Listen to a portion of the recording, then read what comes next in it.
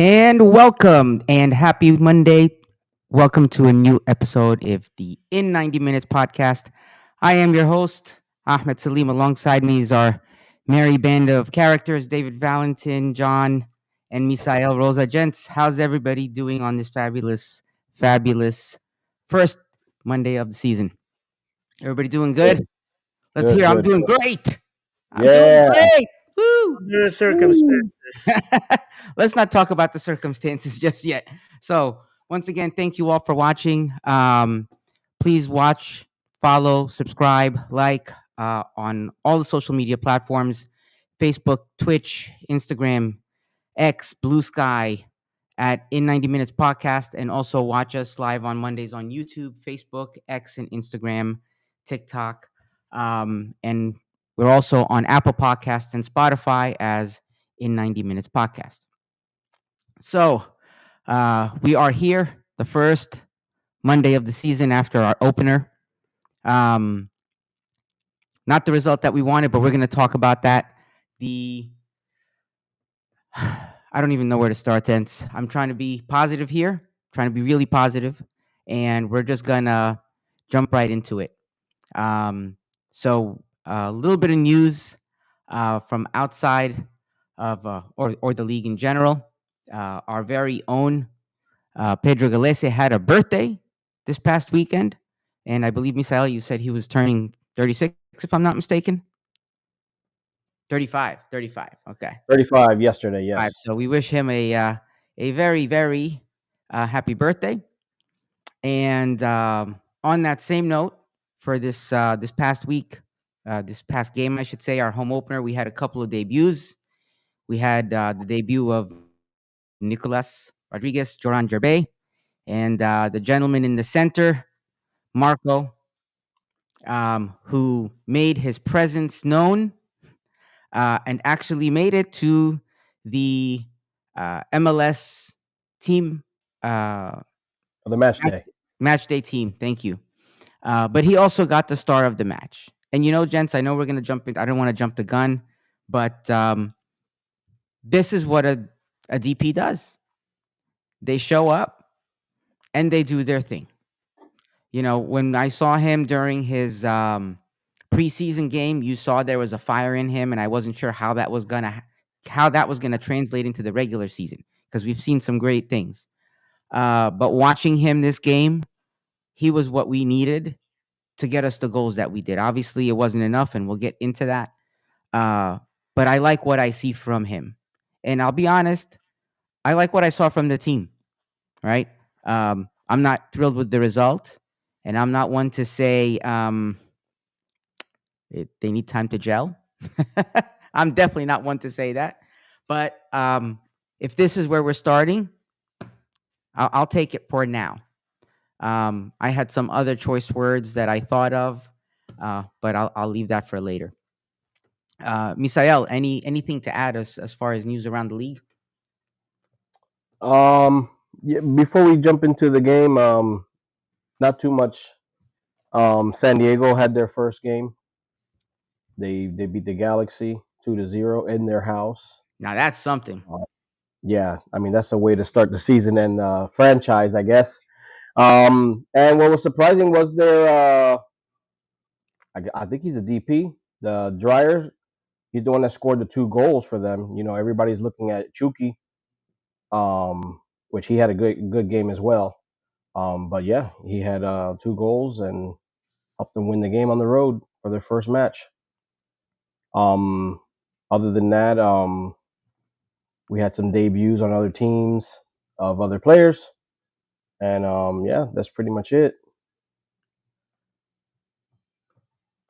Very nice. And I just realized I didn't show the pictures. I had the pictures of the gents to show. So here are the pictures of the debuts and the star of the match. For sure. And Yeah. we have to mention that we had a special visitor. The Mm. legendary Adrian Heath was in the house. I completely missed it. I don't know what was happening. I wasn't looking or whatnot. But for those that missed out the USL era, Yep. we're here thanks to this gentleman, Everton legend, Stoke City legend. Inchi, as he was affectionately known, the master and the crafter, was our manager for 6 years, four in USL, and so five and a half actually. So and one and a half in MLS. Unceremoniously dismissed. Personally, he shouldn't have been treated better.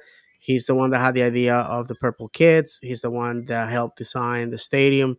So his imprint is in everything, and you can see for those that are watching, you can see him there in front of all those four trophies earned in our 4 years in USL. My utmost respect to this man. Inchi was one that never shied away from the microphone. He was always promoting the club. He made a city that was in love with American football, fall in love with soccer, with football, and he spent 6 years in Minnesota as a manager. He's been unemployed. I hopefully he'll find a place in broadcasting. I think Adrian definitely is that type of guy. I mean, the guy can read the phone book, and you will feel mesmerized by it. So yeah, so that's great. And also, um, I'm gonna reserve the name of the person that sent me this, but is somebody that very well respected in the football sphere, and there's a rumor that has a lot of legs coming out of Fortaleza in Brazil. This is an attacking midfielder, Kervin Andrade, Venezuelan, has an interest from Orlando City, 19 years old. He was sold in Brazil in 2024 for 600,000 euros. And Andrade was key for Venezuela at the U20 CONMEBOL Championship and has lacked minutes there, and it's looking for an out. And Orlando City is working hard on making him sign with us. So we'll see how that goes, and we'll be keeping an eye on it. All right. Thank you for that, David. Um, we also have some attendance numbers here. Misael and I were talking about this earlier. I believe the graphic may be a little bit cut off on the screen here, but for Orlando City, it shows the attendance, the total attendance, and I don't know how you gents feel about this, at 89%. It says we had a total of 22,689 attendees. No Now, way. the attendees, honestly, if you look at it, the numbers are great. It's great to see overall for the league to see the sport picking up, and you have those kinds of numbers, especially when you're looking at the Columbus game, the Austin game. You're talking about 100%. LA, who else we got here? Both LAs. Yeah, both LA, St. Louis and Colorado, Cincinnati. So those are packed houses, right? My only issue with that is I was at that game, so were you. It didn't feel like that. It didn't feel like the house was packed. I've seen the house packed. We've all seen the house packed. You know, US Open Cup final, that place was packed. There are plenty of games I've been at that place felt packed. And even when you're in the, by the restrooms, in the lines, it didn't feel like there were 22,689. Maybe they sold that many tickets, but I don't really think there were that many people. So I'm glad to see the numbers. I'd be interested to see how many tickets versus how many people were actually in the building, right? But it's still a great stat, and I'm happy for the league, and I hope the support continues. There was empty seats in my section. I sit in Oh yeah. section 3. I know there was a lot of people that couldn't make it because of work, and that was almost my case. I started a new job, for those that don't know, last Monday, and because I'm not trained and I just started or whatnot, my manager decided, hey, stay home, which I thank God that he did, said that, because otherwise I would have missed the home opener. I have only missed two home openers in our whole time in MLS, and that was 2015 and 2018, and I haven't missed one since. And so yeah, that would have been devastating for me. But the reality, what I was really disappointed, and a big red card for me to the club. There was no giveaways, no like For something to take home with for the you. game opener, for the There home was opener. home opener. There was no live music. There was no. I literally got there, and like I said, I'm not your regular attendee because I have said before. I go to synagogue. I leave at Yeah, 3 o'clock. I drive to sorry, the. Yeah, go ahead, brother. sorry, really quick. There was a mini scarf given out, Really? Really? but they said only the first 3,000. Ah, So if supposedly there was almost 23,000 people in there, only the first 3,000 Really? Come on. That's get like the mini scarf. yeah. Yeah, Okay, cool. that's So probably why you didn't see it because it was probably gone by the time you walked in there. brother, I wow. got there. I got there. There was no festive environment. There was nothing. It was just like another game, And I know a lot of people were like, "Oh well, we just finished so late in the season. It's not like we missed it. We just boom, we're back at it." I just got my drink, sat down, and I was with Ivy. So, big red card to listen. The family restrooms, and I gotta say it, the family restrooms are for people like me with a baby, okay? Not for people adults to go in there because they don't want people smelling their crap when they take a deuce. Seriously. Listen, especially the women, big culprits, big culprits on this. I'm here. I'm yes, and I'm there standing with my baby, judging you because my baby has a dirty diaper, and I have to pretty much just wait because you want uh, to do that. I'm sorry, no. Be responsible. Don't be an Mhm. ass. Yeah. So that I have to say. To me, the two red cards of the night was simply I don't feel that the club put any effort. I went to the event on Wednesday. I'll let you guys talk a little bit about that, and then we can touch that. And I'm gonna be quite honest, man. You have to get the people excited. I do want to congratulate everyone out there. There were several people around me that had like brought friends from work or neighbors or family members that have never been to an Orlando City game. Unfortunately, it was a defeat, but I hope that those people had enough of a good time that they want to come back. I know a lot of people were buying scarf and mementos, to commemorate the day, and that's fantastic. That's what it's all about, and I feel that many times the fan base does all the dirty work for the front office. It seems like we grow as a fan base. The excitement is there because of the fans, not necessarily the marketing department. So I'll let you guys say your piece about your impressions of the game, and then we can digress a little bit about the event on Wednesday. Yeah, I mean, you guys, you guys hit on the giveaway, but the big thing for me was there was no typo with the supporter sections. Just shows how terrible our supporters groups have gotten. What was up with the line, man? And then I that heard was the other thing I Oh, was going to bring up. I saw the crazy. pictures of If that. it was if Holy it was a sold out game, the line for the supporter section would have been backed up all the way to Colonial. I mean, the fact that they cannot weed out the people that don't understand what gate they're running in like they used Yeah, to get, I mean, Miss Al, I'm sure you saw it. You were just a little bit ahead of me in a different line. But I mean, I'd say a good quarter of the people that show up there have to turn back and go to a different gate. yeah, And it's like this is the third year in a row that we've brought this up consistently throughout the season. I mean, this was just the first match, but we brought it up a lot last year, brought it up a lot the year before. The fact that the club doesn't care enough about its supporters, the people that have tickets in the wall, the you know marketing tool that the wall is that the club uses, and then we have to sit there and stand in a massive line in order to get in. It's absolutely it's pathetic. I'm sick and tired of it. They want you to come in, at gate open, which apparently now 6:30. It used to be I thought it used to be 2 hours before the match. And yeah. then For opening night, yeah, for opening night, it was usually earlier. I don't know yeah, what happened this I thought time. it was 2 hours period. If you were season ticket, it used to be season ticket members. It was 2 hours early, and then everybody else it was an hour and a half. But this past Saturday it was an hour before. So like, why can't they figure this out? they had it figured out in years past, but all of a sudden the last 3 seasons, and I mean maybe COVID had something to do with them losing their mind, and I know there's stuff that happened there, but Hmm.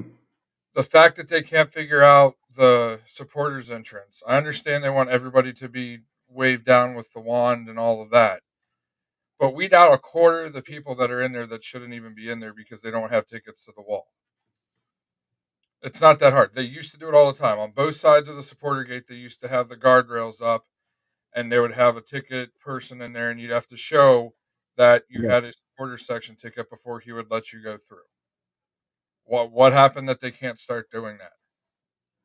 And then this, I'm pretty sure that this was the first season opener that the supporter section did not have a typho of some sort.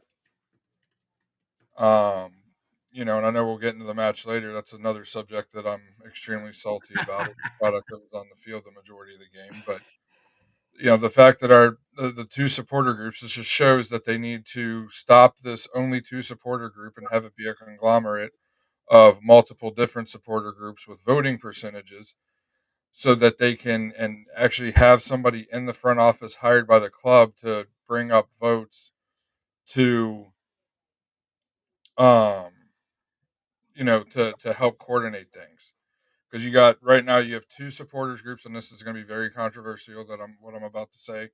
Don't really care because I'm tired of it. You got two supporter groups with the majority of the people that are at the head of it are individuals that are power hungry, that have virtually nothing insignificant in their life other than rock concerts or their dog's play date at the park, and they want everything in the that happens in the wall to be what they say happens. And if it's not what they say, then they try to ban you, or ban the people that you're with, or tell you how to support, and all of that stuff. And now we've gotten to the point where we can't even get together to have a typho. Are you serious? We used to have beautiful typhos.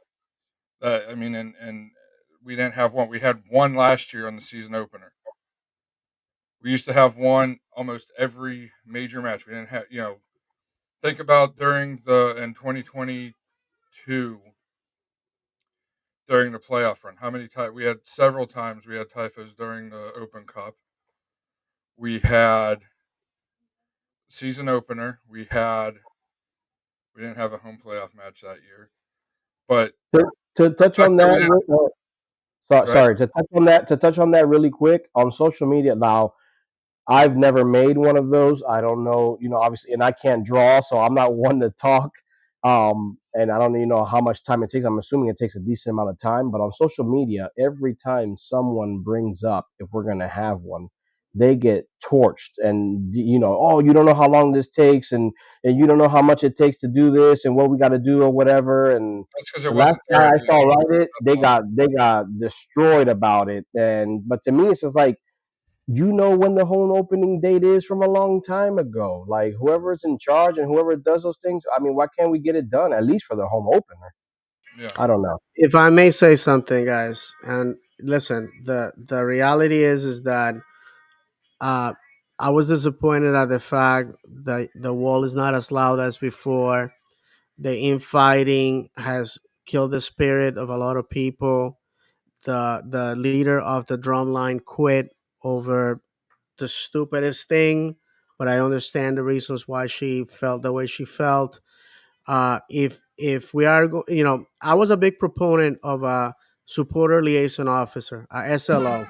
My clubs overseas have them, and it's basically what it is somebody that it works for the club, that is meant to be a mediator.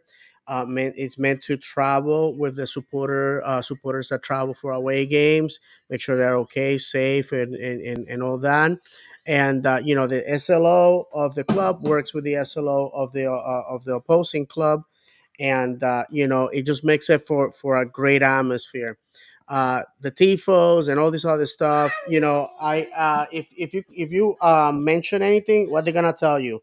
Oh, well, join a supporter group if you want to. I joined a supporter group, and that lasted 6 weeks because They didn't want me there, and they were just waiting for an opportunity to kick me out. That's not and I gave it to them foolishly. The reality is that we are different than a lot of football clubs in MLS, where they have an open opportunity for anybody to establish their own supporter groups. There's clubs with 10, 15 supporter groups that come together as one on game day. I don't understand why our club has established that there can only be two, and if there's a third, they have to have 500 season ticket holders and be granted existence by the two existing clubs, the two existing supporter groups, which we have seen that they kill any attempt to branch off. I don't understand. Nobody has to have a contentious relationship. We all love the club.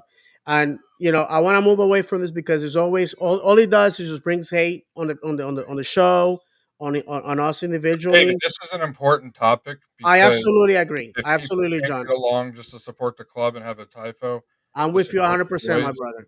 And you know that, but I mean, I'm not saying that we can't talk about it. I just, like I said, I feel, and your feelings are valid. And John, you and I are very in tune with this, but I feel that, there's people whose egos are there, and it has to be the way they want things to be done.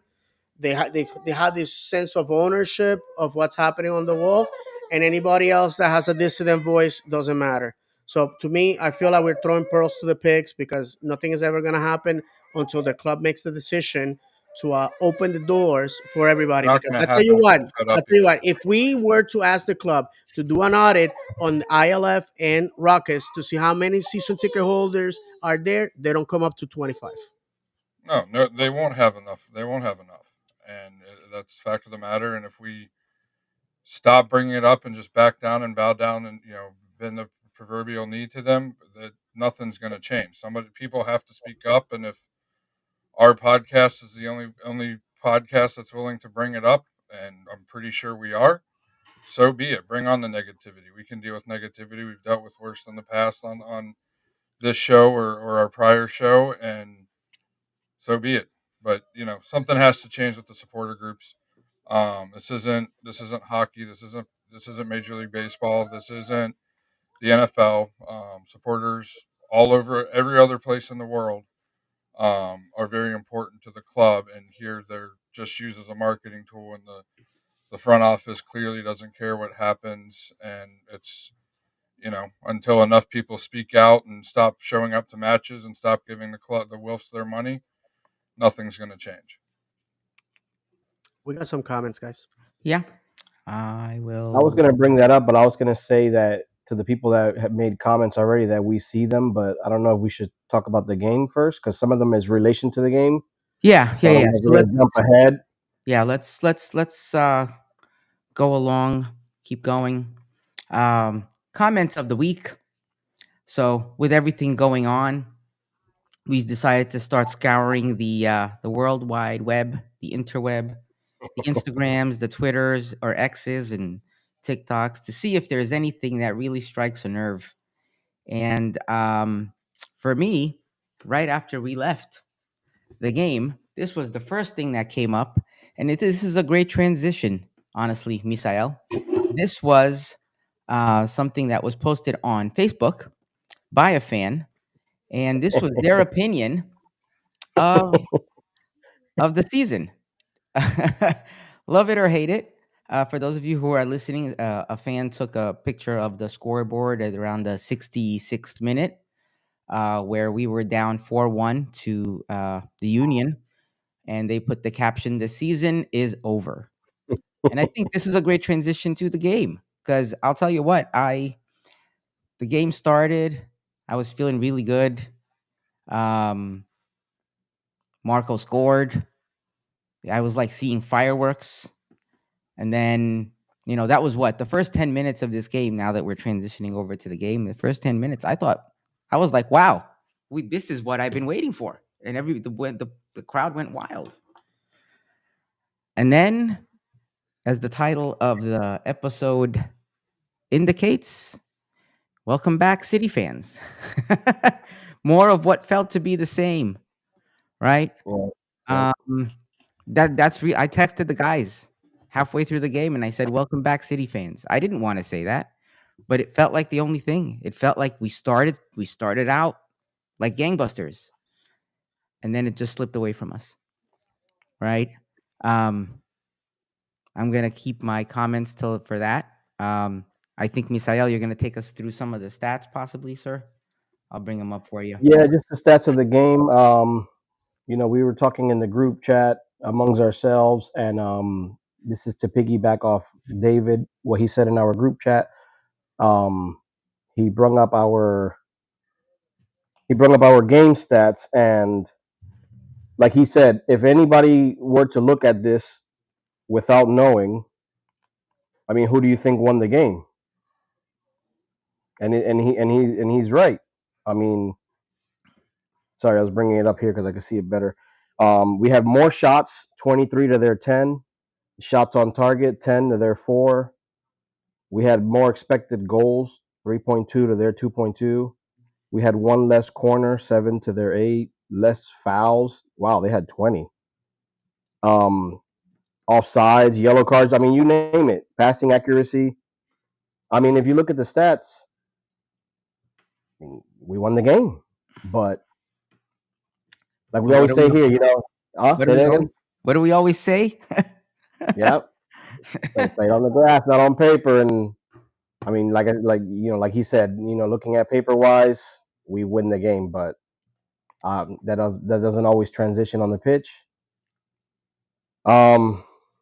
So yeah, I mean, on the positive note there for Pasalic, you have the graphic up there, right? Yes. That he was the fastest home opening goal for the club in 8 minutes, and also the fastest goal for MLS debut. And he passed DK.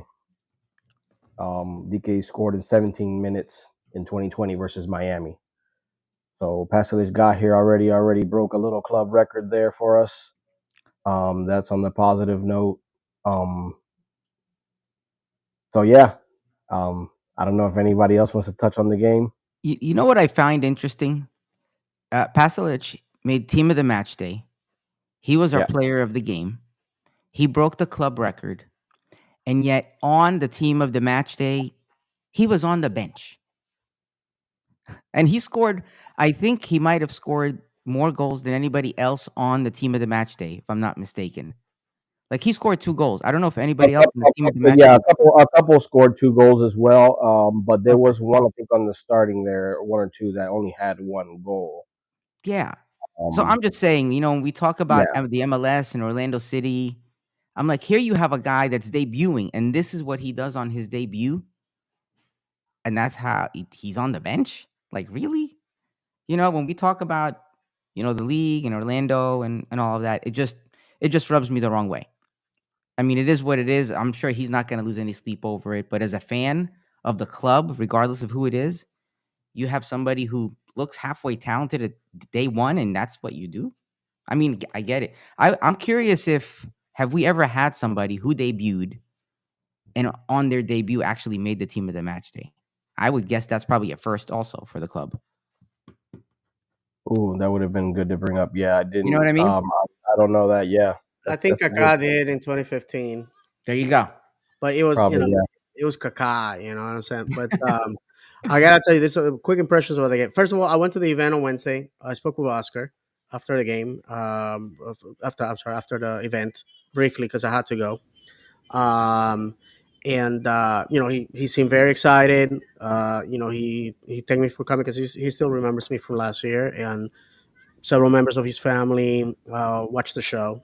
Don't know why, because he says that he doesn't pay attention to social media because obviously, when things are bad, he doesn't need the extra pressure. I asked him. I actually got to ask him a question. Said, "What do you do when things are bad?" And I explained to him that last year we defied the odds statistically. You need to be in playoff contention in June. You have to be on track for 50 points. We were nowhere near that. And he said, well, we just started working, believing in ourselves, yada, yada, yada. and he felt that we could have won the game against Red Bulls. It was just, like we say all the time, cruel and unpredictable. That's what football is. And I left it on a very positive note. Rodrigo Schlegel was the player invited to the event. Very good English, by the way. I was very surprised because I have never heard him talking English. And he, basically talked about transformation, being here, originally by himself. Rodrigo lost his dad to COVID during the early days of the pandemic, and but obviously the questions about the incredible goalkeeping that he had to do in 2020. So there was a lot of that. The fans that were there asked very good questions. They were very motivated, and the reality is that Oscar did a very good job laying out the vision that he wants for the season. And he named one player by name. The only player that he named by name was Luis Muriel. He said that we need him to produce if we want to go somewhere. All the experts had us finishing between fifth and seventh, making playoffs. That's why I don't put too much stock on what happened Saturday night. 10 years. This is our 10th year in MLS. 11 seasons in MLS, and out of all those, we always walked away with a point. Some of them we came back from behind. We all remember that incredible comeback in 2016 against RSL, where we scored 2 goals in 90 seconds, down to 10 men, which happened 3 times in our time in MLS. And all streaks, my friends, good or bad, have to come to an end. And unfortunately, we had to taste the bitter chalice of defeat on this one. Yeah, as Misael mentioned, by the way, I saw Misael on the way to the stadium. Um, as Misael mentioned, the reality is that statistically, we were the better team. But the only stat that matters on game day is goals scored.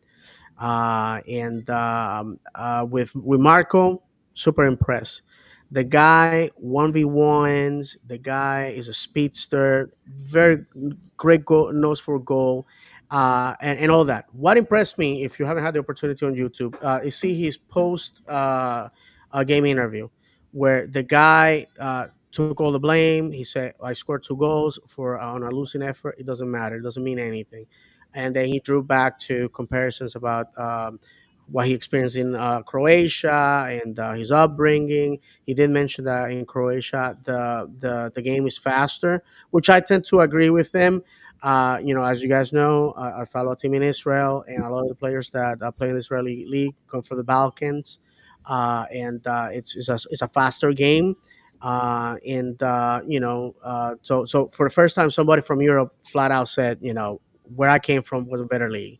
Usually we're like, oh, well, this is a great place to be, blah, blah, blah.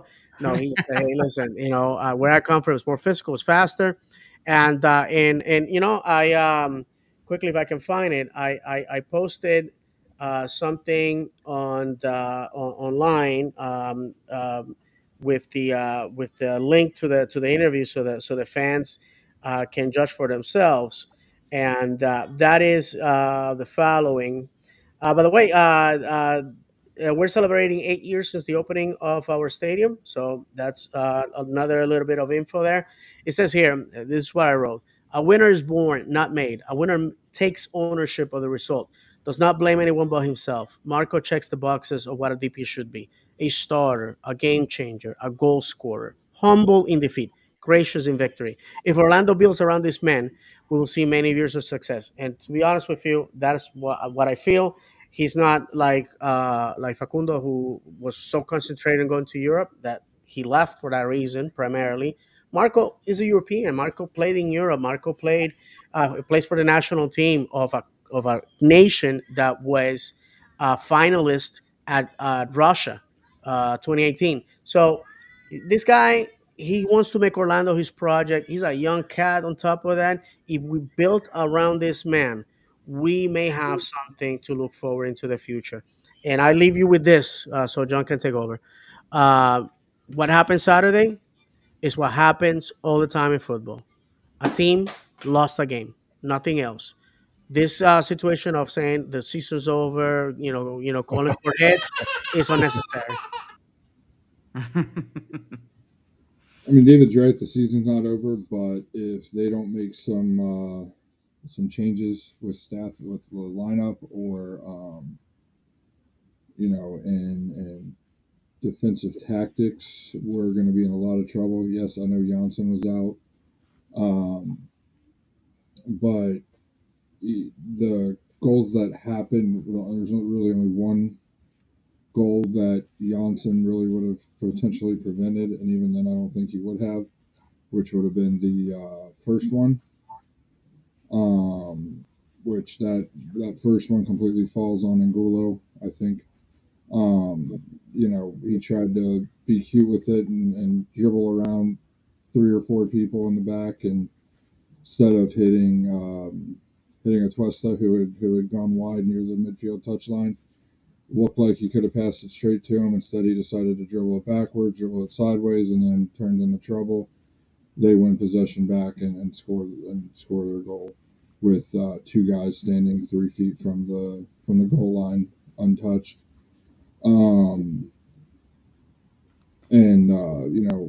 Santos had a howler of a game. On the whole left side, had one of the worst games a side of a single side can have. We talked about it in the preseason, came up a little bit last year, how our left side looked susceptible, very susceptible to defensive mistakes. Luckily, last year Angola was able to make up for those with his speed. But teams are going to see our left side is vulnerable when, especially when it's a counter, even a half counter, that we don't have much speed down there. I think it was 2 of the 3 goals were on our left back. And it's just it's absolutely unacceptable. Marco was the obviously the highlight of the match. When we signed him, I think I said it in the show a couple weeks ago. I saw a video that somebody posted of every touch he had during a match. I'm like, man, if we bottle a little bit of that and he's doesn't become a product of our system, we could have a special player here, and he showed that on Saturday. But there's not much to be positive about with a showing like that. You lose 4-1 at home in the season opener. The errors were obvious. You don't need to go over many, what they were. It was just very irritating because they were very simple errors. They weren't, Poppy always likes to bring up the fine details. These weren't fine detailed errors. You can't be, mistouching it 20 yards from net and as a defender and hoping to get away with it. You're going to get burnt more often than not. Not playing the ball out correctly. The first 10 minutes we were great. We were passing the ball around. We were all over the field. The first goal was a thing of beauty. The ball moved quickly down the right side, and Marco found his way in for goal. And then it seemed like from about the 15th minute on until really they scored their Philadelphia scored. It was like, oh, we scored. We can go back to the way we always play or we played in the past and kind of be defensive and just soak up. They can have possession. We'll just stop their shots and such. Just really, really disheartening to see them give up the goals as easily as they did to begin the half. I know some people brought up on social media the comments that Marco made about if Poppy made any halftime adjustments. And I know I saw somebody comment on that and say, well, the question, because of how he was taught English, obviously I'm assuming it's not his first language growing up in Germany and then, living in Croatia the past couple of years. I'm sure it was a second language to him. And the way it was taught to him, the question didn't make much sense. So he answered it as well as he could. But just the fact that they came out and gave up 2 goals within 6 minutes. And the second goal, especially, was just pathetic. There's no other way to put it. Pathetic. Something needs to change with the lineup. We can't be having a whole side be as susceptible to mistakes as they were on Saturday. Even in the attack, I mean, we missed our left winger missed 2 shots from inside 18 yards that didn't even hit frame, and really had no really had nobody around him to put pressure that he should have. I mean, one of them with the keeper wasn't even in net. It was one of the defensive backs was in net, and he didn't even put it on frame. The Angulo one. Yeah, and then we have Yeah. one of our DPs late in the match inside the goal box, inside the 6-yard box, hits the post, hits the crossbar. Like, are you serious? Like, those are the details that are gonna, that aren't even gonna win you a championship or lose you a championship. They're not even gonna get you out of the first round. Playoffs are kind of a given since 2/3 of the teams make it now, but just lackluster performance on offense. Really, like I said, the only bright spot was all match was Marco. And hopefully they look better and win this Saturday, because they don't win better this Saturday. You guys think I'm in a grumpy mood today? Just wait until Monday. Yeah. Well, let's read some of the comments just so we can catch up on them. I'll bring them up, Misael, if you could do me the honors. Jim D says, if Papi gives him freedom, Marco could be what we need. Muriel looks like he's given up. I hope not. Angulo made me even more bald. Same here, brother. Same here. He had 95%, I think, of the goal open to him, and he just Carlos Rivas. Do you guys remember him? He also said, I still don't know what the team does in preseason. It baffles me. San Diego looked great and cohesive. No need for them to gel, I guess. I agree with you with that as well. I was watching the San Diego game because I was just curious to see how they played, and I literally thought the same thing. I was watching them play, and I'm like, how? You guys just been together for like a week. Like, what's happening here? And we just look lost. Yeah. Christina, yeah, she mentioned that what we were talking about earlier, the mini scars that were given out. Jim D also goes on to say people were exiting around the 70th minute. Oops, sorry. That was my fault. People were exiting around the 70th minute. There was a lot of disgruntled looking fans leaving for an opener. That's not good. Carlos Perez goes on to say, the pitch looked bad on TV. What is going on? Yes, we were talking about that. I'm in the supporters section. I think it's the east side. On the very edge, it looks so bad. It just looks so bad. And granted, that part was on the outside of the playing, but it's just so bad. It doesn't even look like they're even trying to take care of it. I don't know how it looked like where you guys were sitting. We talked about that at the after the friendly, the season ticket member friendly, how bad the pitch was. So bad. How do you say that? Jordy Lyon. I have never understood why tickets say all gates are available. Usually says A, B, C, D. Doesn't make sense.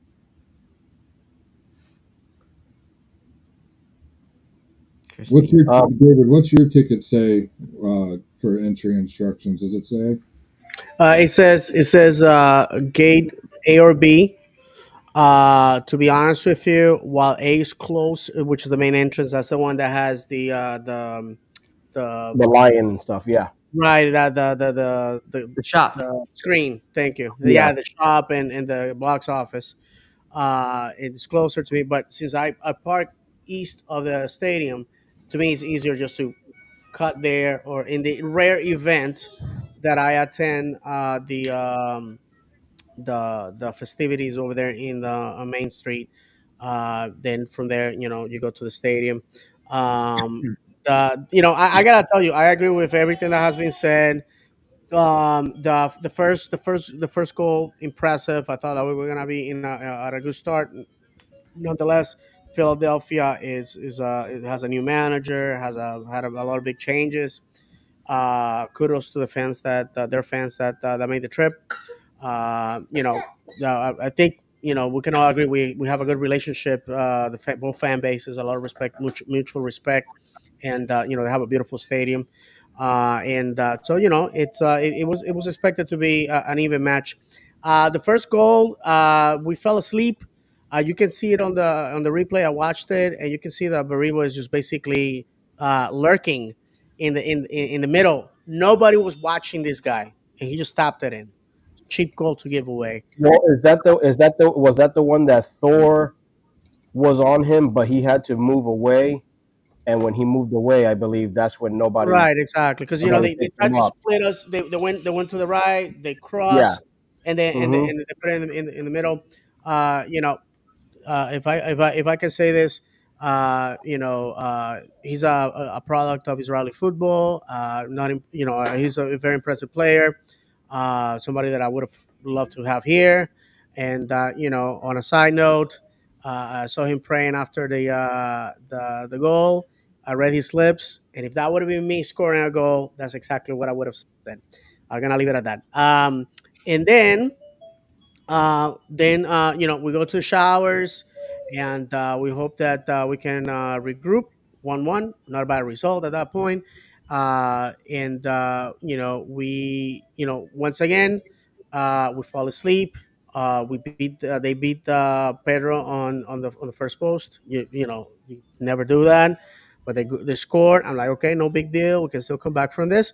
And then Brecalo making a statement on why he's not starting, throws what in my neighborhood back in Bayamon, Puerto Rico, we used to call a brick. It was just really bad. It was just really bad. He throws a brick to Lego, you mean? Schlegel's weak leg, which at the time is his pivot because all his weight was on it. It touches the outside of the boot. It goes far away from him, and boom, gifted. Now it's 3-1.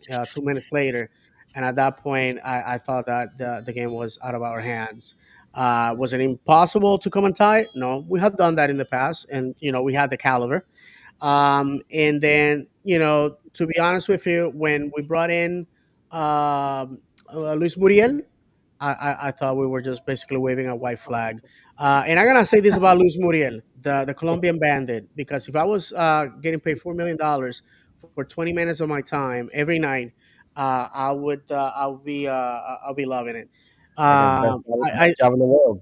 Yeah, for sure. I look Judging by his social media, I don't think his family is living in Orlando. I think his family's back in Colombia. That should tell you that the guy probably feels that his time is it's he's living on the edge every day. Uh the club exercised the buyout option for Lodero, which was $800,000. I'm gonna be honest with you. We should eat the 4 million and just pay this guy not to play for us.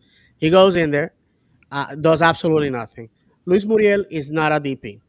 If you look at Marco and you look at Luis, okay, remember, and I always give props to our good friend Cleon from Orlando Lions, then, because he's the one that in 2018 came up with the ideal DP, and I always use this, and I make it part of my ethos. Right, number one, you have to be a starter. You have to be a game changer. You have to be a goal scorer. And Definitely. he comes in as a sub when the game is already lost. There's nothing to be done. And yes, he has some opportunities. But you gotta put him away. You gotta put him away, and he didn't. He hit the bar. You know who also hit the bar? Mr. Freeman. And Freeman makes a fraction of what we pay Luis Muriel. Okay, so don't give me this crap. Now, you know what Marco did? Marco showed me. Marco played as if he was born and raised in Orlando, and his life depended on it. He went, hit the bar. By the way, look at the review of this game, at the highlights. He hits it almost on a bicycle kick Yes. Oh my You God, know, that was crazy. I had to watch oh, that like 4 times over. absolutely. What in Spanish we call a chilena, and it wasn't considered because one of his right foot was still on the ground. He hits it. It comes back to him. And by the way, he hit the ball with both of his feet. First, he did it with his left foot, then with his right foot. You know, do you remember what we used to say about Facundo? Oh, he has no right foot. This guy does. So with Yeah, that, the uh, first shot he took, the first shot he took in like the 42 seconds in, he took it with his right foot. look at that. So listen, guys, and I'll shut up about this. The fact of the matter is, okay, is that football is cruel and unpredictable, like we always say, right? And it's a pound of talent and an ounce of luck. The third goal was definitely luck. They didn't have to do anything for it. We just gifted it to them. And the fourth goal came in because what we say all the time: if you're behind and you put all meat on the grill, what's going to happen? You're either going to concede a goal or you're going to score a goal, right? That's we always say that. And I know for you guys playing the United Minutes bingo card, get ready to take your shot and mark your cards. My team Stevenage, my English team Stevenage, uh, defeated. Thank you, brother. Defeated at home and away. Barnsley, which most of you remember, because our good friend Daryl DK was there on loan, and Wrexham, who they're red hot right now. And on the same week, we went and lost against two teams that are at the bottom of the table. So you go and beat teams that are probably going to be in the championship next year, and then you lose to teams that are probably going to be in League Two next year. How does that happen? I'm gonna tell you how it happens because in this beautiful game, unpredictable game that we follow, you're gonna lose to teams that you're supposed to beat, and you're gonna win against teams you're supposed to lose. And that's what happened to us. It was a sobering moment, nonetheless, but one that I feel that if we learn from it, we can build on it. We went in there all smug, thinking that we were just gonna once again get a result because we never lose the home opener. Guess what, buddy? All Got a the cold pieces shower, aligned. Yeah. and now that we have tasted defeat, we're at the bottom. The only way is up, and Mm, when we play Toronto, we have the literally. opportunity to come back and put some goals and win. Because I'm gonna be honest with you, this game exposed some people that either need competition or need to sit on the bench. Santos. Because Rafa Santos, I'm sorry, criminal. Rafa Santos was a victim in that game. Was a victim. What we needed to do at halftime was give him a rape whistle. You know what I'm saying? So he could call the police. Beep, beep, help, help! Don't touch my purse. I'm sorry. It's basically what I thought it should have happened. Number Uh, one. And number two, DDT, my guy fell asleep, ignored his man, and we paid the price. The guy, Barribo, bag a brace, and, I can hate on the guy. I can hate on the guy. You know what I'm saying? I have a And soft spot for Schlegel Israeli had a players. terrible game too. What's that, brother? Schlegel had a terrible game too. I mean, he passed. I mean, whether or not Brecalo should have passed that, I thought at the time, and I still think that it was not. It wasn't the wrong decision. No. I'd rather him pass it there than pass it back towards his own net to, right at his own net to Gillespie. And if you're playing on a professional team and you can't control a pass that's directly to your foot or can't shift your hips quick enough or whatever it may be, probably shouldn't be playing that side of the field then, yeah. you know? And if our coaching staff would give some of the young guys, when we're down 3-1, 4-1, some minutes in the MLS that play those positions, maybe they would be ready to step in and play that natural left center back position instead of putting somebody back there that's right footed and not used to playing left center back and has shown even when he plays right center back to be a liability. I mean, think how many matches you can specifically pin a loss on that man's shoulders. Now, yes, we did have the playoff win that he came in clutch with, our first playoff win ever. But that was what, 5 years ago at this point. Yeah, we can't We keep got to move past that. praising him for all that. Yeah, I think the most You frustrating know, part about it all was that this was a winnable game. You know, if we had played well and lost, it's one thing, but it was about the mistakes. And maybe it's because I watched too much U12, U13 soccer. But I tell my son, I'm like, the better you get, it's not about the skill because the skill is there. Otherwise, you wouldn't be professional. It's about who makes the tiny mistakes, and we made all of them. And we didn't just make mistakes; we made the stupidest mistakes that we ended up paying for dearly, like that whole pass with Brecalo and Schlegel. That's like textbook. Like, what do you not do? Like silly mistakes like that. And it's easy to say, okay, well, they're silly mistakes, they'll work them out. But we shouldn't be talking about mistakes like this in a professional team to that extent. So that's what that was the most frustrating part about the ride home because everybody in the car was saying that, you know. 2 years in a row, I'm going to say this: they had 6 weeks of preseason to figure out the tiny mistakes that are going to kill them. Yeah, but 6 weeks, these are mistakes that shouldn't even been happening before the 6 weeks. 100%. I mean, you're talking about like marking people, passes, being at the right place at the right time. Those are the mistakes I expect to see when my kid's playing. Not to sound the wrong way, but that's really what separates pros from non. I'll finish it off with this. We talked about it all season long last year, and I hope this is not the start of something, but in the words of Miguel Gallardo, listen to this.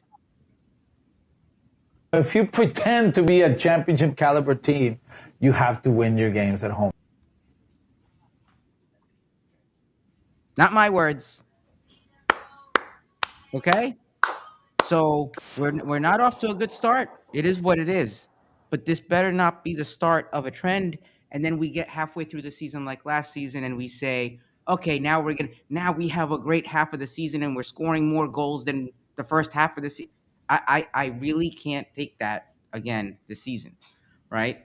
We have what it takes to score. Let's do it now.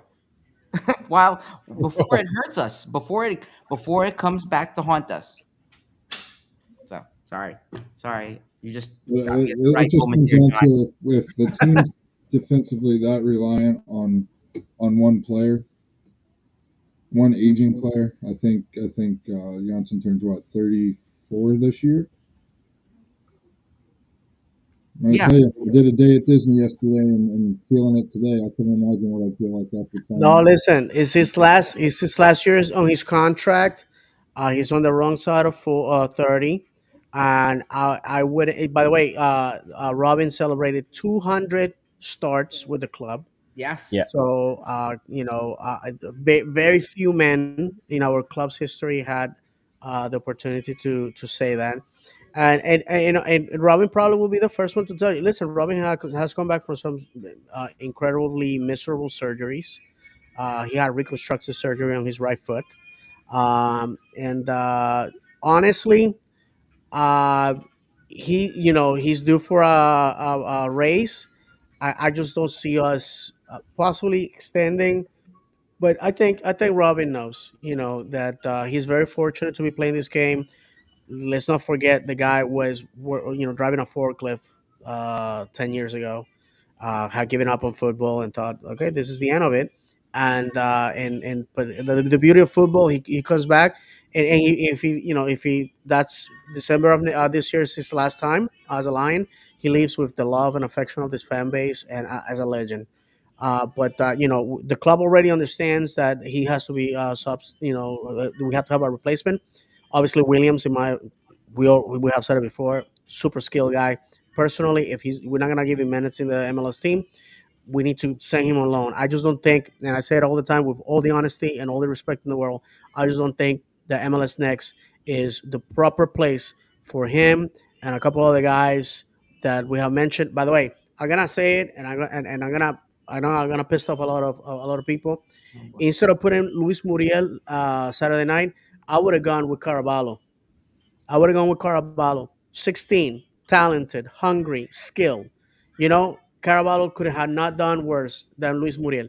Luis Muriel had opportunity upon opportunity upon opportunity upon opportunity to shut me up and shut people that are criticizing him in this fan base. And when his manager has to go into an event and call him by name, oh, we hope that the guy that we're paying $4 million, taking an international spot, taking a DP spot, we hope that he finds the strength, that he begs God on his knees to have a road to Damascus moment, a transformative event, that he hopes that we can actually score a couple of goals this year. To me, I'm sorry. That's when we need to cut bait, reel back, and cast again.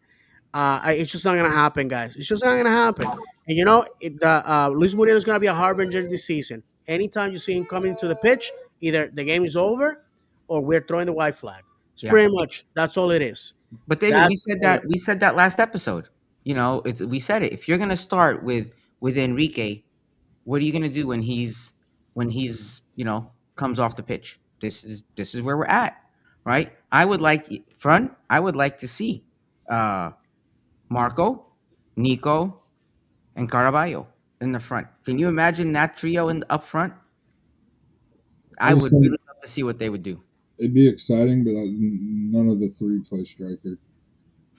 No, I know, but I'm just saying. That'd be the difficult chemistry- part. Caraballo's a forward. I'm more of a winger, I believe. But Yeah.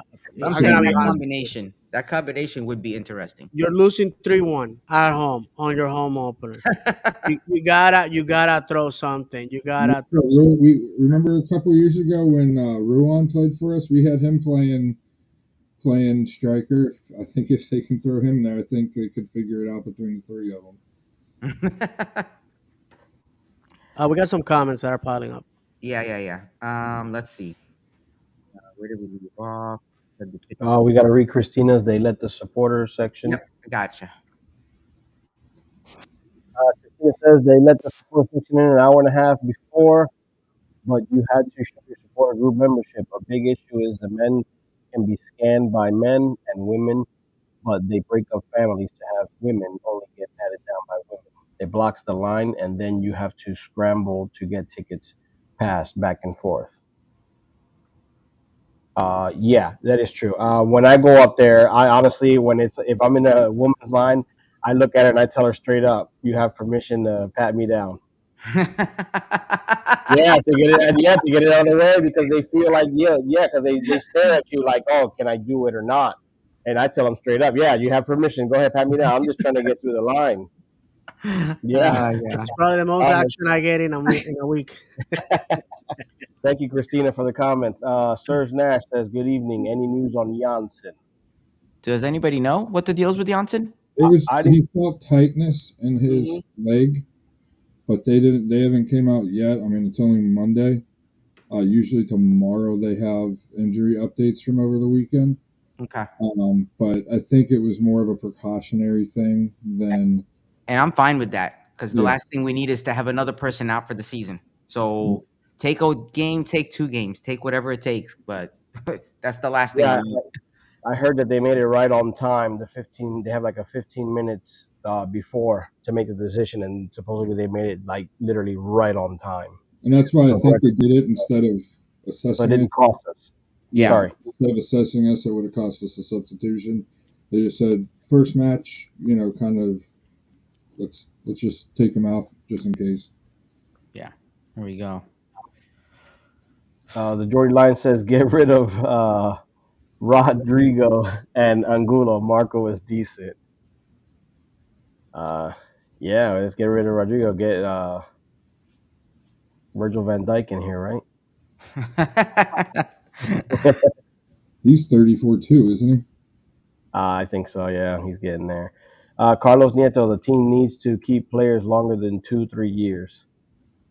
Agree with that. Thank you for the comment. So that's the current state of the MLS. Though you get these younger players that are unproven, and they it's a positive and a negative because that means we're doing a good job of developing these young players, and they're only here a couple of years, and then we sell them. But when you sell them, you gotta show that you're going to put that much and more into the team to replace them, and this front office has not shown that to date.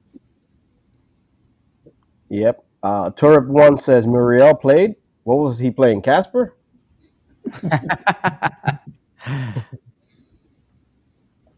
Santos. He also says Santos got cooked. Yes, that's what I was gonna say when we talk about the upcoming game. Toronto. Hopefully, Freeman starts. Uh,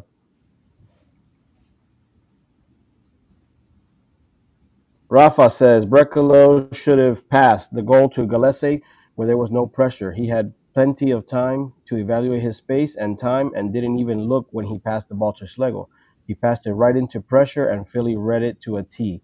Even if Rodrigo would have got the pass, that's a moment where fans about have a heart attack. Yeah. Thank you for the comment.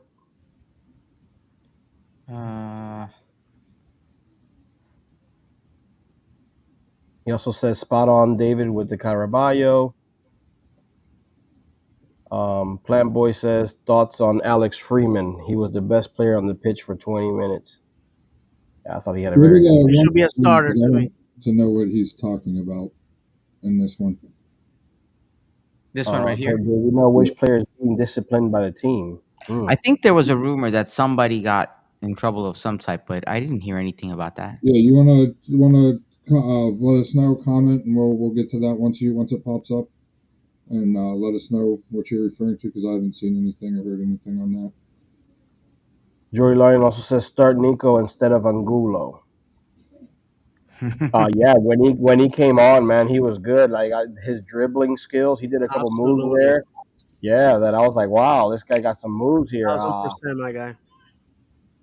Yeah, definitely. I Yeah, mean, and Angulo was very pissed off when he came off. He was is pissed off. He kicked him. is, He is was not Nico happy when he also, came off. is Nico also Colombian? Yes. Yes. Well, then we have a chance because I was gonna say Angulo ain't coming off the pitch. Yeah. Angulo's Colombian too. Yeah. Carlos says he agrees. Thank you for the comment, Carlos. And by the way, our good friend Carlos Nieto, I saw him at the event on Wednesday. He just called me on the phone at the time, so we couldn't exchange anything other than a hug. It was great seeing you, my brother. The comments are spot on, man. Listen, this fan base knows what they want. The customer knows what they want. We already been to the restaurant. We already looked at the menu. We know. We know. Like I said, this is what I'm saying, because if you already know how the club behaves, you cannot expect anything else, right? In Spanish we say, that you can't ask pears out of oak tree. The fact is, I think, my opinion, we're just gonna get that trophy again, Open Cup, and we're gonna throw ourselves at the mercy of the football gods in the playoffs. And again, it's a contract year for Oscar. Do we, as a front office, I'm saying we, but does the front office looks at it as this is what we are with Oscar? We're always gonna plateau at this level, and should we find somebody that is going to take us to the next level, or do we roll the dice with the man? Obviously, all contingent. Listen, last 2 years, Papi out, and what happened? That's why I'm cool and collected, guys. By the way, I talked to the guys from OC Fan TV this week, so when the video comes out, please look at it. I am so zen. I'm so cool and collected. You would have thought that I just came out of a retreat, a couples retreat. I was just like, hey, nothing happened here, and the fact is that because we already seen Oscar do us like this, and then come July and we're in playoff contention and we're winning games, and it's all forgiven. So at this point, I'm like, okay, we lost the game, so what? We'll see what's gonna come, and save your shekels, because we're gonna be making the final at home for Open Cup. You take that to the bank. I do want to say this, and then I want to touch on the Jordy Lyons comment that just popped up. We've already won a U.S. After this was after last week's show. I was thinking about this. Somebody brought up Poppy and what it takes for him to renew. We've already won a U.S. Open Cup. So as a supporter and somebody that wants to see our club succeed and move to the next step every year, I do understand there's going to be down years, which in my opinion was the last two. especially 2 years ago. Winning the U.S. Open Cup should be something that is kind of a non-factor whether he wins it or not. This is all about, are we winning the Supporter Shield or are we winning the MLS Cup? The nice thing about the U.S. Open Cup is we would get the Champions Cup spot, but we got to do better in the league. We got to have a full season. We got to do better in the playoffs. We looked into it last year. Do I want to win a U.S. Open Cup? Yeah, I'd be sitting there, going crazy at the match. If and when we make it to the final again, and every U.S. Open Cup match before that. But we've already won it. It wouldn't be, necessarily a step forward. It would kind of be a status quo type of deal. And yeah. And then the Geordie Lion had the comment. I'll bring it up here because I want to hear your guys' opinions on this. Who would you play instead of Rafa, instead of Santos on the left side? I would either give Freeman a chance, or I might be alone on this one. Move Angulo back and start Nico.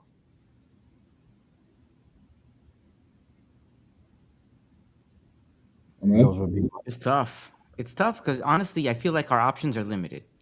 I feel like our options are very limited because we're like, to your point, you're saying move Angulo back. You're talking about our defensive line, right? Well, Like he goes back. Sorry to cut you off. He goes back there. He goes back there a lot to cover, Santos. Excuse my language here. Cover Santos' ass. He goes back there to do that anyways. And if you're gonna miss a sitter, like John said earlier, if you're gonna miss a sitter like that, where 95% of the goal is open, I mean, you might as well just go back there anyway. I mean, you're not doing nothing for us up front. Yeah. I don't know.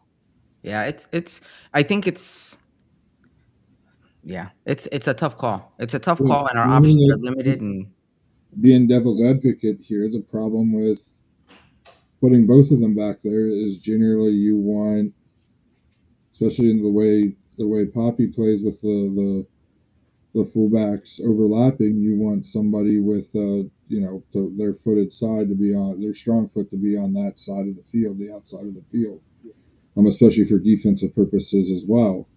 So, clearing the ball out and such. So that'd be the problem. Freeman's a natural righty.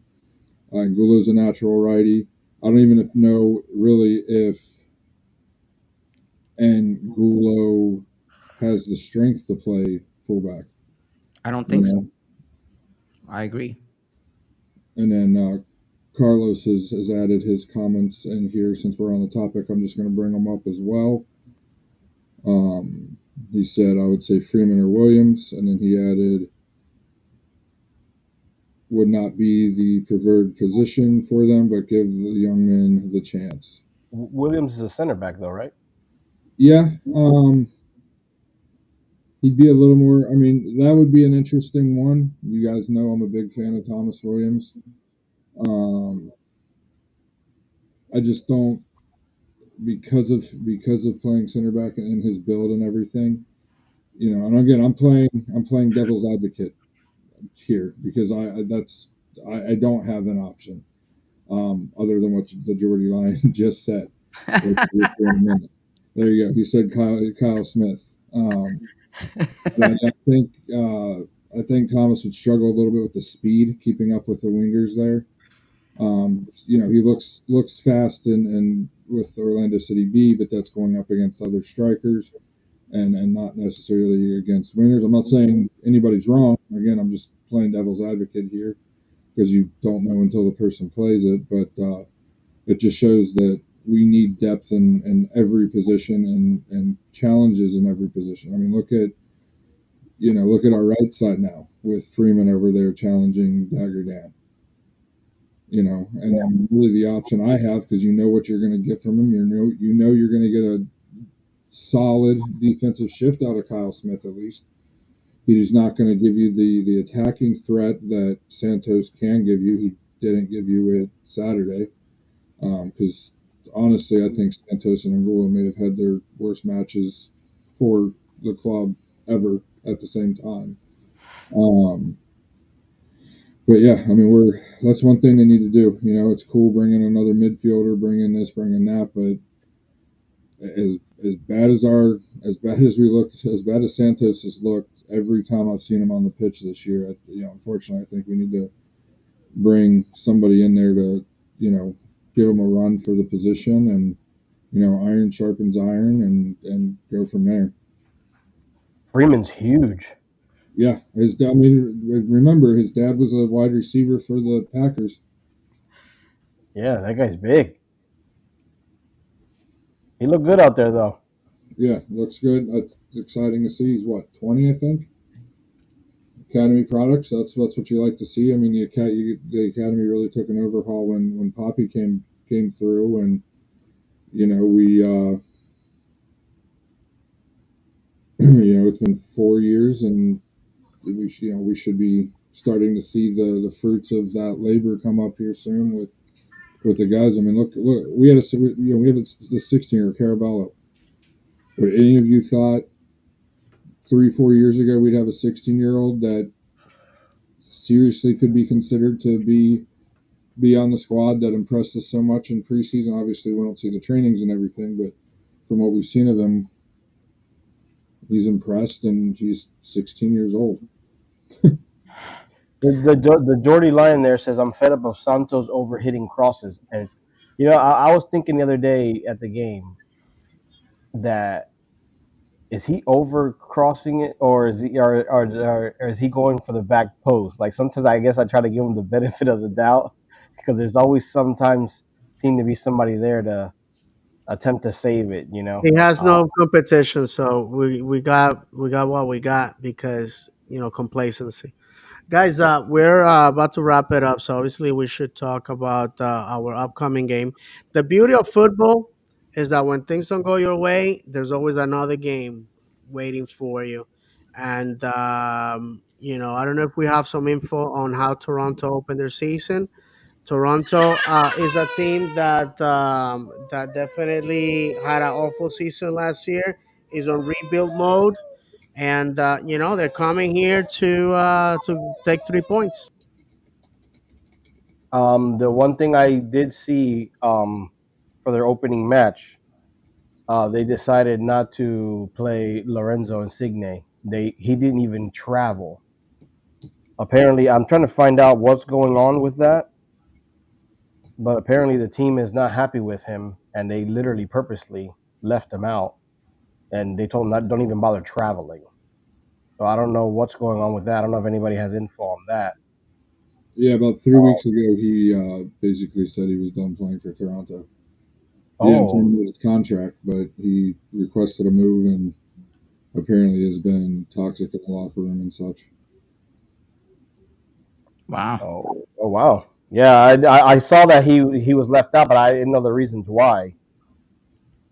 Wow. Did Yeah. did the other guy play? What was his name? Bernadeschi?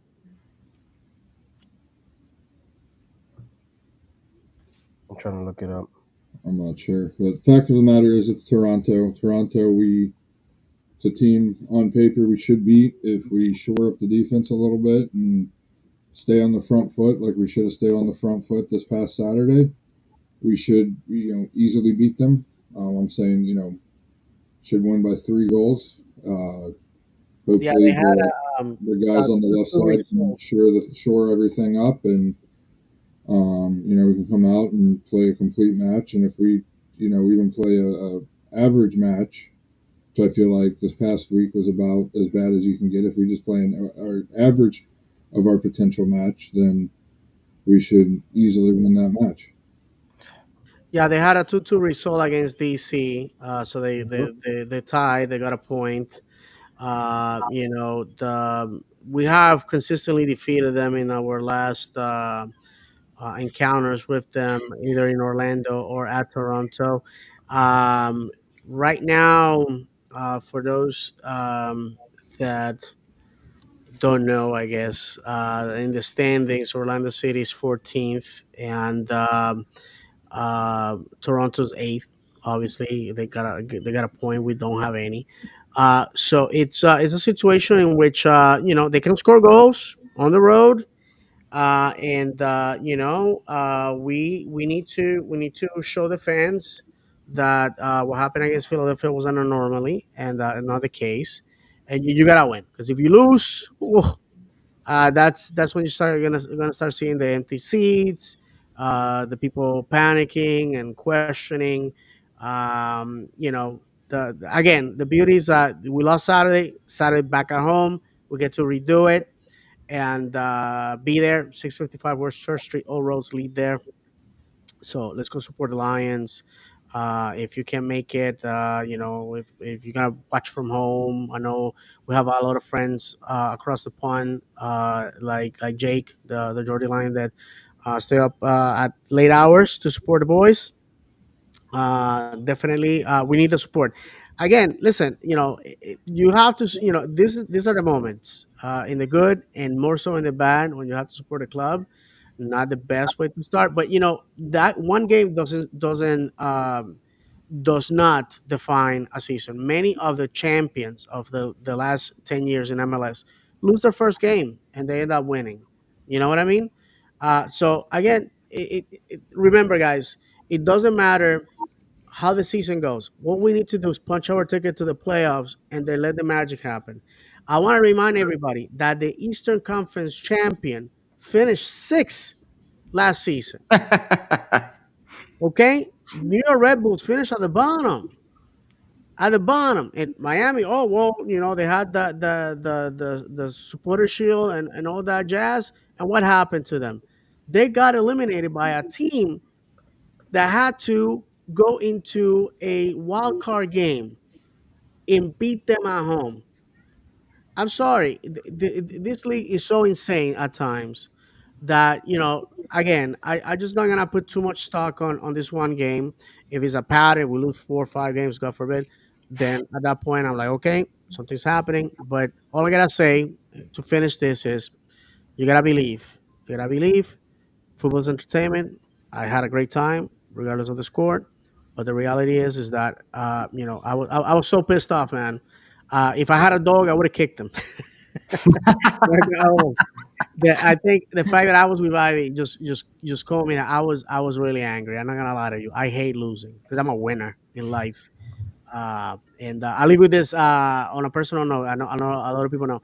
I started a new job. I basically in my career in my field of choice. I'm in the EPL. I'm gonna make the real money. I'm super excited about that. And the fact of the matter is that I expect the boys that I cheer on to do the same, to be the best they can be, honestly. Because I take a no for an answer. In life, I never took my circumstances as fact. I'm like, nope, I refuse to allow this to define my life. I'm just gonna go and make it happen, and hopefully the boys are gonna do the same. So, guys, final thoughts as we say goodbye. Just make it out to the stadium, people. Support the boys, like David said. And let's get these 3 points. Yeah, man. Just move on. We need to move on. We need to forget about what happened, use it to get better, and show what we can do. We have to win those games at home, like Miguel Gallardo said, Be man. a goldfish. Yes, be a There goldfish. you go. David, there was a comment asking you. I don't know if did we post this one? Oh Uh, no, we didn't. any questions from the event that Oscar or Rodrigo answered that might be worth sharing? Quickly, by the time I got there like maybe 3 minutes late. But Oscar, by the way, kudos to um, Adam Weston, who basically just lay it out, allow Oscar to just talk. Oscar just basically, it was a very intimate setting. Oscar laid out, and Oscar knows the things that we're talking about. Let's just put it to that way. He understands where the deficiencies are. He needs what needs to improve. He has a vision of how he wants us to play, et cetera, et cetera. He's and he said one thing. Look, when people get mad at me and all that, I was a kid in the terraces with my dad, and there was no social media back then. But my dad made sure to get to the tunnel and tell the manager, "Hey, blah blah blah." You know what I'm saying? So he understands that when we go buck wild is because we love the club, and he sees himself as a steward of the organization. So he gets it, he understands it, and he wants us to win. No doubt about that. Rodrigo Schlegel, same situation. I feel that the team is very, very united. I don't know if you guys saw on the social media. DDTs, the guys learning Spanish. Marco, they're trying to learn Spanish to talk to the guy. I mean, to me, that says so much about the player. You know what I'm saying? When they try to bridge the gap, on both sides, trying to, and they asked them, they asked Rodrigo, hey, how do you guys talk to each other? You speak Spanish. You got a guy that speaks Icelandic, a guy that speaks Swedish, and a guy that speaks Portuguese. How do you guys make it work? And he's like, we speak football. We speak football. That's that. We understand, and we have played for so long together that we understand the cues of the body cues and everything, and also. Pedro always got our back. So that to me is beautiful that we have a united team, but the reality is that's gonna be tested, and hopefully we have something to celebrate next Monday. Yes, we will. We will be celebrating starting next Monday and every Monday after that. Yeah. There you go. John, final thoughts? Just win. Have a complete game and just win. Yeah, I know. If think about the difference in our show. Let's say, we won 2-1. Yeah, We, absolutely. we'd have been on cloud 9, but we didn't. Even if we lost 2-1. The If we frustrating lost part is that 2-1, there was shows no. wouldn't have changed that much. Our attitudes wouldn't have changed much. We just want our club to succeed and just want them to win. Yep. And I think that's the frustrating part is we all know it was avoidable. They were, I'll call them what they were, dumb mistakes that shouldn't have happened. So hopefully, we move on. I mean, And isn't Philadelphia supposedly rebuilding? I'm doing air quotes here. Yeah, they got a bunch of new players. They got a new coach. Obviously, for all those gel stands out there, they didn't need time to gel to win the match on the road. New coach, and they won their first game. And a reminder, that coach won MLS Cup with New York City. They had a stacked team too, but still, it's a new coach. It doesn't matter. We came in last year with the same exact starting lineup we had the year prior, and all you heard was, "Oh, the team needs time to gel. The team needs time to gel. The team needs time to gel." Well, their team has as many new players as we had last year, or more new players than we had last year in their starting 11. They have a brand new coach. They didn't need time to gel. San Diego didn't need time to gel. Wow. yeah, I think the whole gelling thing, the whole gelling argument has gotten old. I think everybody knows that. Especially when you haven't had a break. How much time could you need to gel? It's not like you were apart for like years. It's been a couple of weeks. Did you guys notice that Pasalic and Atuesta played very good, and those are the two guys that are new here and they don't even know Papi's system yet? Exactly. They have to say something. Yeah, that's where the gelling argument doesn't fly. That's why I said it in the beginning because just needed to get it out there. But Anyway. that's what we've been saying. We've said about several other players. I feel like Muriel's an outlier, but players in the past that have came in and struggled, do they just stink, or is it a system thing? The players that really kind of stood out have had limited time under this coaching staff. Yeah, because they were just playing. Like David was saying, Rodrigo said, were they just playing soccer and playing the sport the way they know it's supposed to be played, or the way it's supposed to be played, or were they, or were they playing the system? Yeah, over the weekend, me and my brother were talking about this, and he made a good point. I thought that where, like, when it came to Atuesta, he made the comment where you got him here for a reason because you like the way he plays. So don't try to change it so much. I get, coach has their styles and stuff like that, and you try to get them in your system, but don't try to mold them too much. That's the reason why you got them here, because you like what they did. And sometimes I think he just tries to, I guess overdo it, I guess, and molding him to what he wants. And um not everybody plays like that. Like somebody made a comment here earlier. I'm sorry if I don't see it. Um, about the freedom of Pasalic. Like if he had the freedom, let him be who he is, like he Jim played the D. other day. Let him be free. Yep. First comment of the day, Jim D. If Poppy gives him freedom, Marco could be what we need. Yeah, just let him play like that. Let him be free. Let him. Wait. I think one of you guys said it, where he's like a good selfish. Yeah, that was. I said it. I think Ahmed said it. Yeah. Yeah, where sometimes remember we used to scream that about Faku. Sometimes it's like, don't pass the ball. Just Sometimes shoot the you're, ball. you're, the- Just you're yeah shoot. you're You're you're the right best there. player. Shoot. Sometimes you think. Matter of fact, Poppy made that comment the other day. I forgot to say that he made the comment the other day that he said, and they mentioned it on the broadcast before the game started. That Poppy mentioned that expects Pasalic to have 15 plus goals, and that there is going to be times where he expects him to take over the game. Wow. So I'm hoping that means, let him be free. Like, let him do what he does. And he's one guy, like, personally, when it comes to dribbling around guys and such, it will take a minute for him to adjust. 'Cause there's a couple, silly turnovers he made, but you could tell it was just a little bit higher level than what he's used to playing under. I mean, it's funny that you said that because we were joking. Me and the big people that we go to the matches with were joking. He had 4 touches on the ball before he scored. And we were like, if he scores 1 in every 4 touches, he's going to have like 50 goals this year. Yeah. Sorry. Just before we're done here, I don't know if you guys noticed. I can't remember what minute it was. But I remember we were coming down. It was the first half towards the supporter section.